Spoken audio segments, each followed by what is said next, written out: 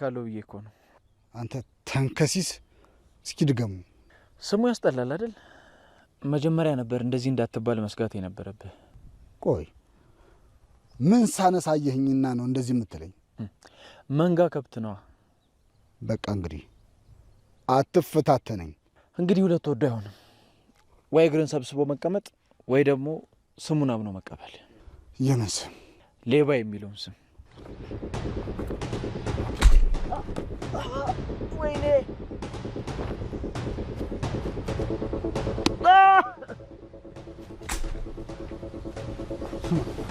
ገና እሬሳ ላይ ቆሜ እፎክርብሃለሁ። ከዛም ድምጿ ብቻ የቀረችን በግ መካሳ ያለፈኝ ውሻ። እህቴም አለች። እና ሁለታችሁን ብቻችሁን ነው የምትኖሩት? አንቺ እያናገርኩሽ እኮ ነው።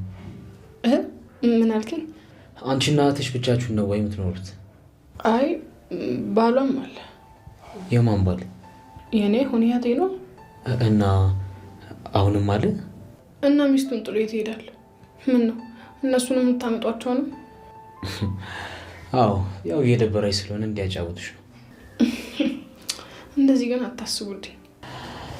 ግዴታችን። እነዚህ ባላ ግን በቃኝ። እሺ ከበቃሽ ማን ይበላለሁ? እንዴ ሳትበላ ነው እንደምታጎርሰኝ? አዎ ያው ምናልባት የሰው ትራፊ ያለመዳም ካልሽ ብዬ። ግን እኮ ደረቅ ሆነብክ።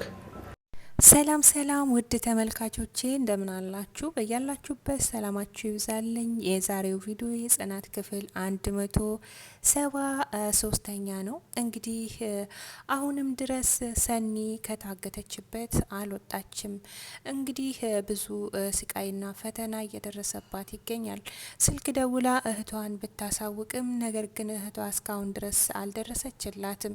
ሰኒ ታዲያ ባላወቀችው ነገር ይህን ሁሉ ቀናት መታገቴ ለምንድን ነው ስትል በተደጋጋሚ ትጠይቃለች።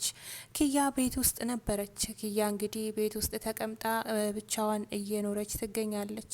አልፎ አልፎ ስፒድ የተባለው ሰው ወደዚህ ቤት ይመጣል። ስፒድ ታዲያ ኪያን ነገሮችን ሊያወጣጣት ሞከረ። እንዲህም ሲል ጠየቃት ስለ ሰኒ እንዴት ነበረ የምትኖረው? ከሰው ጋር ነው ወይስ ብቻዋን ነበረ የምትኖረው? እያለም ሲጠይቃት ነበረ። እሷም እንግዲህ ብቻዋን ነበረ የምትኖረው፣ አሁን ግን እህቷ መታለች፣ ብትመጣም ግን እሷ ልታገኛት አልቻለችም በማለትም ስትመልስለት ነበረ። ታዲያ እሱም በመሀል ነገር ያመልጠዋል። ምን እያልክ ነው ብላ ስትጠይቀውም እንግዲህ ምንም አላልኩም እያለም ለካ እያወጣጣ እንደሆነ ትዝ ሲለው ደግሞ ይመለሳል። እስካሁንም ድረስ ሰኒ የደረሰችበት አልታወቀም ትላለች። ኪያ ከዚህ በፊት ከስፒድ ጋር ተጣልተው ነበረ። የተጣሉበት ምክንያትም እንግዲህ ስፒድ አንዳንዴ ሰው አንዳንዴ አፈር ያደርገዋል እያለችም እንግዲህ አላግባብ የሆነ ንግግርን እየተናገረኝ ይገኛል ትላለች።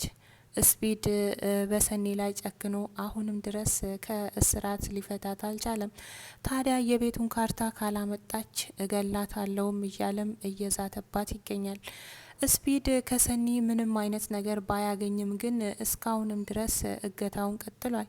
ታዲያ አሁን አንድ ሀሳብ አምጥቻለሁ ሲልም እንግዲህ ተባባሪውን አማክሯል። ወደ እነሰኒ ቤት ሄደን እነሰኒ ቤት ውስጥ ማን እንዳለና እንዴት እንደሆነ አኗኗራቸውን ማጥናት አለብን። ከዛ በኋላ ገብተን ቤቱን ሰብረን ገብተን የቤቱን ካርታ መፈለግ አለብን እያለ እንግዲህ አዲስ ሀሳብ ይዞ መጥቷል። ተባባሪው ግን ይህንን ነገር እኔ አልስማማበትም፣ አደጋ ይደርስብናል በማለትም እምቢ ብሎ ነበረ። ነገር ግን ያለው አማራጭ ከሱ ጋር መሳተፍ ስለነበረ በስተመጨረሻም አሳምኖታል። ሰኒ አምልጣ ለመውጣትም ሙከራ ብታደርግም ግን ደግሞ ሊሳካላት አልቻለም። ሰኒ እጇን ፈታ ገና እግሯ ላይ ያለውን እስራቷን ልፈታ ስትል እንግዲህ ስፒድ በድጋሚ መጥቶ በጥፊ አላት። እህቷ እስካሁንም ድረስ እሷን በመፈለግ ላይ ትገኛለች። ስልክ ደውላ ናሆምን አግኝታለች። ከናሆም ጋር ተገናኝቶ እንግዲህ በድጋሚ ጽዮንን ማውራት ይኖርብኛል፣ ምንም አይነት ነገር አይፈጠርም፣ ቃል ገባልሃለሁ፣ ግን ደግሞ ለመጨረሻ ጊዜ ጽዮንን አግኝቼ ማውራት ይኖርብኛል ትላለች። ናሆምን መልሶ ስለዚህ ጉዳይ ጽዮን ይህንን ነገር የማድረግ አቅሙም የላትም፣ ስለዚህ እሷ የምታውቀው ነገር የለም በማለትም መለሰ። ነገር ግን ማናገር ፈልጋለሁ ብላ ወዴት እንዳለችና እንዲያገናኛት ፈልጋለች። እሱም ታዲያ ቤቴን ያለችው በማለትም በድጋሜ ወደ ጽዮን ሄዳለች። የሰኒ እህት ታዲያ ጽዮንን በድጋሜ ያገኘቻት ለምን እንደሆነ አልተናገረችም። ኪራና ጽናት ፈተናቸው አሁንም አላበቃም። ኪራ ነገሮች ተስተካክለዋል፣ አሁን ወደ ራሴ ህይወት ለመግባት መጨረሻው ሰዓት ላይ ደርሻለሁ እያለም ነበረ። ነገር ግን አልተሳካለትም። ኪራና በዛብህ ተገናኝቶ ነበረ። በዛብህና ኪራ ሲገናኙ ኪራ በጣም ስቆበት ነበረ። በዛብህም ለምን እንደሳቀ ይጠይቀዋል። ታዲያ ኪራ ሌባ እያለም ሲናገረው ነበረ።